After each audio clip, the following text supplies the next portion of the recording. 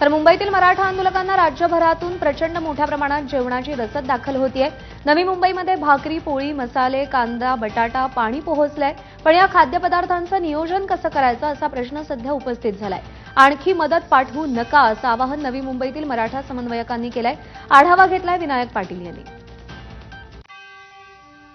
सध्या वाशीतल्या सिडको एक्झिबिशन सेंटरच्या इथे आहे आणि तुम्ही पाहताय की राज्यातल्या वेगवेगळ्या जिल्ह्यातनं मोठ्या प्रमाणामध्ये ही जी रसद आहे, जी जेवणाची रसद आहे ती प्रचंड प्रमाणात आलेली आहे। तुम्ही समोर पाहताय की भाकरी चपात्यांचा ढीग लागलेला आहे। त्याच्यामध्ये ज्वारीची भाकरी आहे, नाचणीची भाकरी आहे, चपात्या आहेत आणि संपूर्णपणे हे आपण पाहतोय की चपात्या, भाकरी असतील, चटणी असेल, लोणचं असेल, त्याचबरोबर पाणी आहे।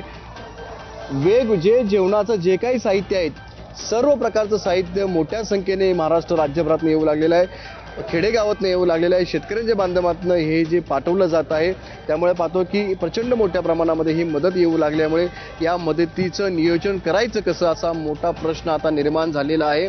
त्यामुळे आता राज्यभरातल्या लोकांनी मुंबईमध्ये मदत पाठवू नका अशा प्रकारचं आव्हान आता नवी मुंबईतल्या मराठा समन्वयकाकडून केला जातोय। आणि ही जी पूर्णपणे जी मदत आहे ती अशा पद्धतीने इथे ठेवण्यात आलेली आहे। ढीग इथे लागलेले आहेत, पाणी आहे प्रचंड मोठ्या प्रमाणामध्ये। त्यामुळे आता आव्हान केलं जाते राज्यातल्या लोकांना की मदत आता तुम्ही पाठवू नका, मदत थांबवा।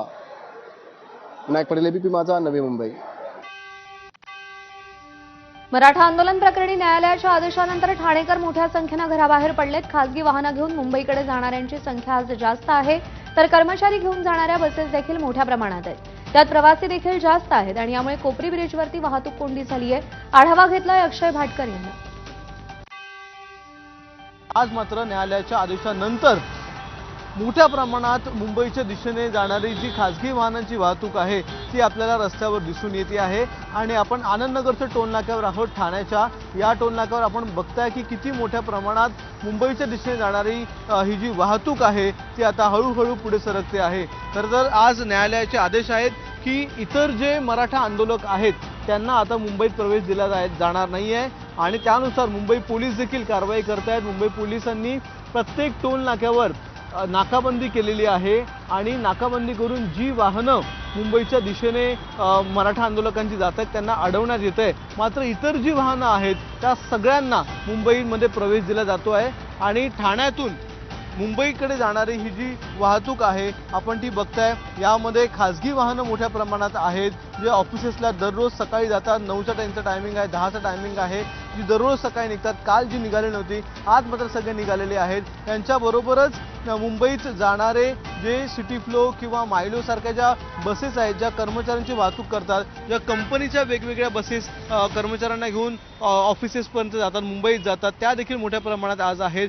आज मात्र एका हायकोर्टाच्या आदेशानंतर पुन्हा एकदा मुंबई सुरू झाल्याचं चित्र आहे आणि मोठ्या प्रमाणात मोठ्या संख्येने वाहतूक जी आहे ती सुरू झालेली आहे, पूर्ववत झालेली आहे। केवळ काही ठिकाणी नाकाबंदी असल्यामुळे वाहतूक कोंडी दिसून येते आहे। मात्र मुंबईकर आता पुन्हा एकदा कामावर रुजू होत आहेत। कॅमेरामन विनयसह अक्षय भाटकर, एबीपी माझा, मुंबई।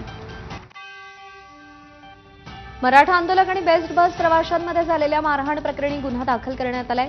जुहू पोलीस ठाण्यामध्ये अज्ञातांविरुद्ध गुन्हा दाखल झालाय। रविवारी जुहू बस स्थानकामध्ये आंदोलक आणि प्रवाशांमध्ये तुफान हाणामारी झाली होती। मनोज जरांगे पाटील यांचं आंदोलन सुरू झाल्यापासून हा पहिला गुन्हा दाखल करण्यात आलाय। या घटनेचा व्हिडिओ व्हायरल झाल्यानंतर पोलिसांकडून दखल घेत गुन्हा दाखल करण्यात आलाय।